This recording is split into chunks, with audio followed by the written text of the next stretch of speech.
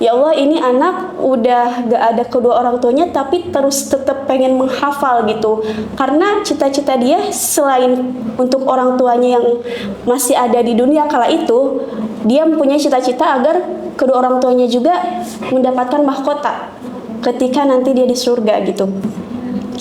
Baik, bismillahirrahmanirrahim. Assalamualaikum warahmatullahi wabarakatuh. Perkenalkan, nama saya Via Nur Afifah. Saya berasal dari Garut. Saya di sini di RTQ Khairukum sebagai musyrifah kurang lebih sudah 1,5 tahun dari tahun 2024.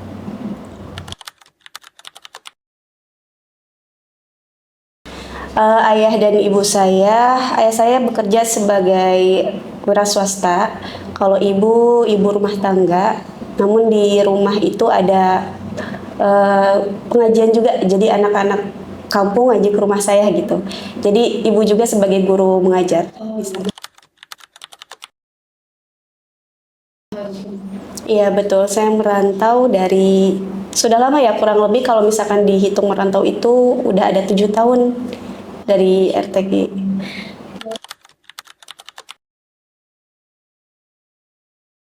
Oke baik, rutinitas saya di RTI Khairukum tentunya sebagai musyrifah, pengajar dan juga pembina santri ya.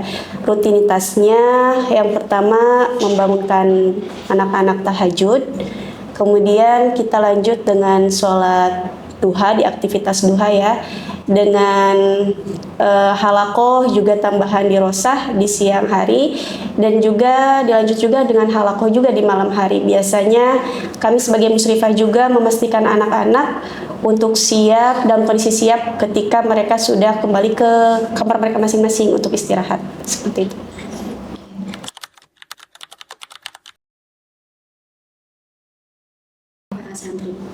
Oke. Peran saya sebagai musyrifah di sini dalam mendidik akhlak santri, tentunya pertama kita menanamkan dulu poin-poin terkhusus hafalan-hafalan mereka yang sudah pernah mereka hafal. Bagaimana bisa mereka mengamalkan dalam kehidupan sehari-hari, dan dibantu dengan beberapa materi tadi yang saya sampaikan, misalkan dalam dirosahnya ada pembahasan tentang adab, akhlak, dan tentunya peran saya juga sebagai guru untuk memberikan contoh langsung kepada mereka, memberikan contoh langsung karena mereka juga sangat meniru ya bagaimana kita sebagai guru berperilaku terhadap khususnya santri. Jadi mereka itu langsung kami memberikan contoh langsung kepada para santri juga, seperti itu.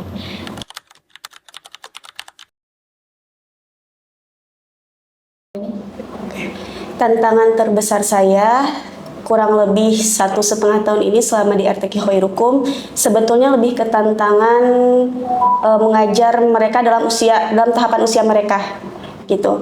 Karena di sini itu usianya SMP ya, yang sekitar 13 sampai 15 tahun, artinya belasan tahun, di mana usia mereka itu masih sangat dibilang labil dan juga mudian dalam menghafal. Meskipun kesannya mereka itu kesini untuk tujuannya untuk menghafal gitu ya, tapi ada aja namanya anak SMP, ada kalanya di mana mereka itu jenuh, mereka itu bosen, dan gimana caranya kita juga sebagai musyrifah untuk memotivasi kembali impian niat mereka untuk menjadi penghafal Al-Quran gitu. Itu tantangan terbesarnya. Yang kedua mungkin dalam segi hafalan juga, karena sebelumnya mereka juga ada beberapa yang pastinya sudah mempunyai hafalan sebelum ke Khairukum.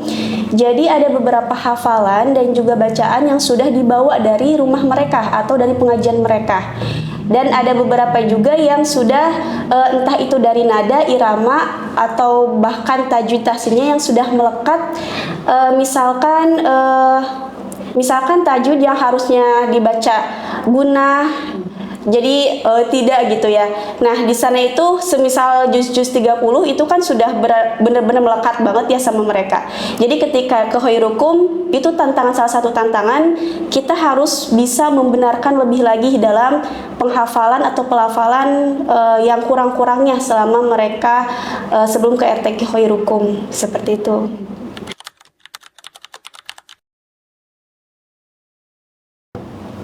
momen yang paling berkesan. Momen paling berkesan selama mendampingi santri mungkin salah satunya ya, karena dia ada momen ketika di jam halakoh itu ada satu santri yang dia itu benar-benar susah dalam menghafal, susah banget dalam menghafal, dan itu bukan hanya 1-2 waktu halakoh, namun bahkan 3 hari. Dan kalau akumulasikan 3 hari itu ada beberapa jam halakoh ya, pertemuan gitu. Ada satu momen ketika saat itu susah banget menghafal, ternyata setelah saya tanya-tanya dan saya ngobrol, salah satu alasannya karena santri itu teringat sama orang tuanya, dan qadarullah orang tuanya sudah meninggal gitu. Dua-duanya atau salah satunya? Dua-duanya sudah meninggal. Jadi salah satu momen yang selama saya mengajar di RTQ Khairukum, ternyata saya itu paham juga ya, kami sebagai musyrifah itu bukan hanya tentang mengajar, menerima setoran dan menerima hafalan mereka, namun kadang kita juga harus tentunya tahu kondisi dan paham kondisi santri, kenapa hafalannya bisa, misalkan dia itu benar-benar susah dalam menghafal, lagi sulit-sulitnya menghafal. Ternyata ketika kita ngobrol-ngobrol lagi, ada hal-hal yang kita tahu bahwa itu tuh menjadi kendala dia untuk menghafal. Salah satunya tadi dia teringat orang tuanya yang sudah tidak ada, yang sudah wafat gitu ya. Bahkan ketika mengobrol pun dia itu ternyata terbawa mimpi sama orang tuanya sampai dia susah juga untuk menghafal, seperti itu.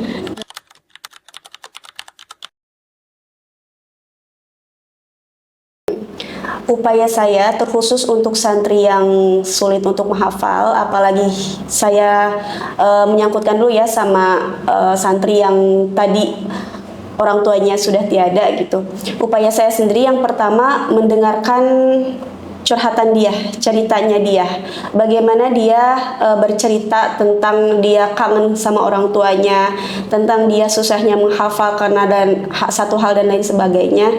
Yang pertama pastinya mendengarkan ceritanya, yang kedua saya tetap memotivasi dia, dan yang ketiga pastinya saya memberikan jeda dulu. Tidak langsung untuk terus memfokuskan targetan kepada santri, namun memberikan jeda beberapa jam gitu untuk santrinya lebih tenang lagi. Bahkan saya sempat untuk memberikan jeda di 1-2 halakoh untuk tidak setoran. Bukan berarti saya membiarkan, namun itu salah satu bentuk upaya saya untuk menenangkan santrinya tersebut. Namun di jam halakoh itu bukan berarti juga dia tidak masuk jam halakoh ya. Mungkin digantikan dengan tilawah, tidak dengan hafalan, seperti itu.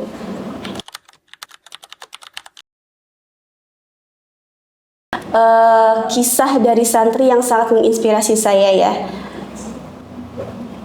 Saya sangat terinspirasi dengan santri-santri yang masih tetap semangat untuk menghafal. Namun tadi yang saya sudah ceritakan, beberapa santri di sini yang sudah kehilangan ayah, kehilangan ibunya. Kadang kita kembali lagi, saya juga dulu menghafal ada sedikit pastinya niat untuk kedua orang tua gitu.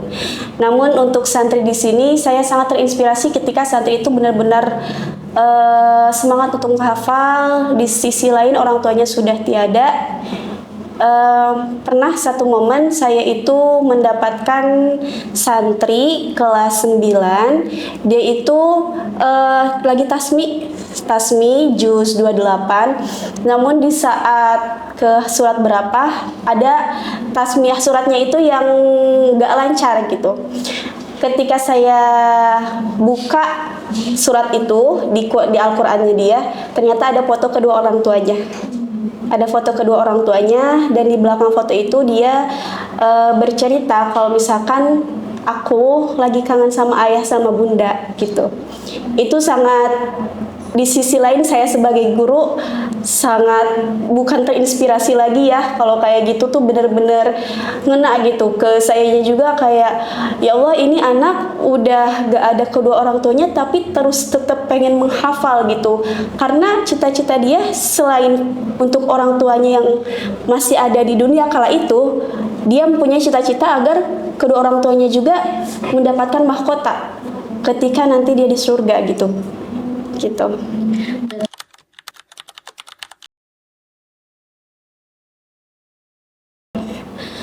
Peran saya untuk mendampingi santri yang khususnya sudah tidak mempunyai orang tua, saya berusaha untuk pendekatan yang lebih lagi dengan mereka, tentunya dengan tadi mendengarkan cerita-cerita mereka, karena di usia mereka itu inginnya didengarkan gitu. Mereka mempunyai cerita yang inginnya diluapkan juga. Kita sebagai musyrifah tentunya poin pertama pasti mendengarkan dulu apa yang mereka ingin ceritakan. Karena di sisi lain juga mereka ingin perhatian. Ketika misalkan kedua orang tua sudah tiada, mungkin kembali lagi perhatiannya kepada kita sebagai gurunya gitu. Jadi itu yang saya sampaikan, saya berikan kepada mereka dengan memberikan perhatian lebih untuk santri yang terkhusus yang tidak mempunyai kedua orang tua. Kami Musyrifah di Khairukum tentunya selain berperan sebagai guru, kami juga berperan sebagai orang tua, sebagai kakak juga bagi mereka, bahkan sahabat. Dan juga saya harap dengan adanya peran-peran tersebut ketika di luar jam pelajaran atau jam halakoh, saya sendiri bisa lebih berperan sebagai kakak ataupun orang tua bagi mereka gitu ya. Jadi kalau misalkan dengan perannya dengan guru, hanya sebatas guru dengan murid gitu, dengan santri. Kalau misalkan saya bisa berperan lebih sebagai kakak ataupun bahkan orang tua, kedekatan dengan mereka itu bakal lebih terasa dan ada gitu.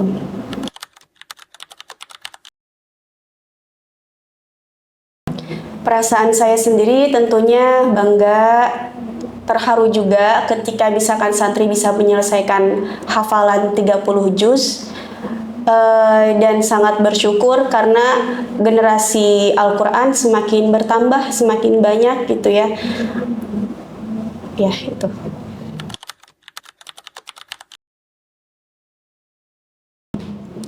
Peran guru Al-Quran untuk menjaga generasi muda. Tentunya perannya sangat penting. Kenapa peran guru Al-Quran itu sangat penting? Karena selain kita mengajarkan ilmu-ilmu di luar dari keilmuan yang berada di sekolah gitu, kita mengajarkan juga ilmu-ilmu Al-Quran yang dimana di dalamnya itu banyak sekali ketika kita bisa mengamalkan ilmu tersebut. Tentunya tentang akhlak, adab. Karena menurut saya pribadi, pastinya generasi muda ini merupakan generasi yang nantinya bakal menjadi pemimpin gitu. Siapapun pasti bakal menjadi pemimpin. Dan ketika sekarang sebagai santri ataupun sebagai penghafal Al-Quran, peran kita sebagai guru Al-Quran itu mendidik mereka dari awal gitu, agar mereka bisa menjadi pemimpin yang lebih paham lagi akan pedoman kita yaitu Al-Quran.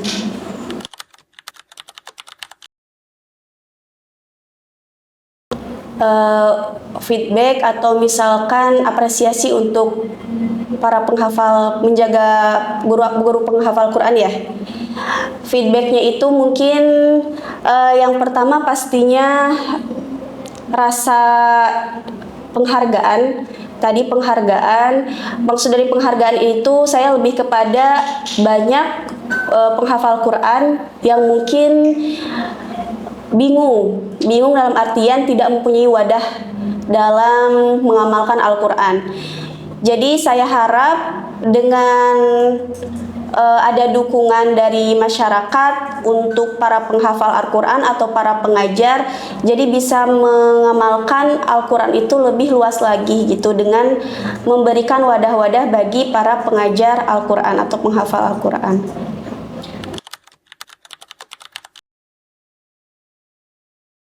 Sebelum saya mengajar di Khairukum, sebetulnya saya juga mengajar di lembaga yang sama, di lembaga Al-Quran juga. Untuk kondisi finansialnya mungkin ada perbedaan juga ya.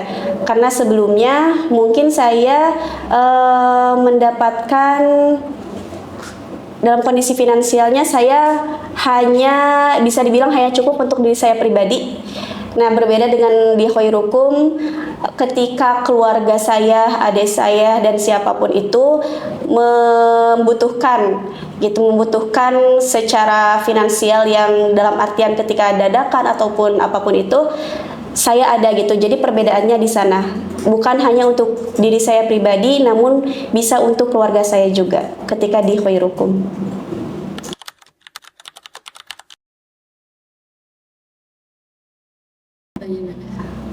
Kondisi finansial saya yang paling berpengaruh untuk sekarang selama di Khairukum, karena saya juga mempunyai adik gitu ya yang melanjutkan sekolah ke jenjang selanjutnya.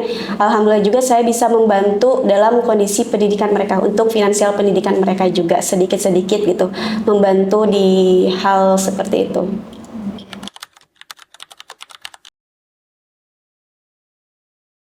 Oke. Untuk para donatur, saya tentunya sangat berterima kasih banyak atas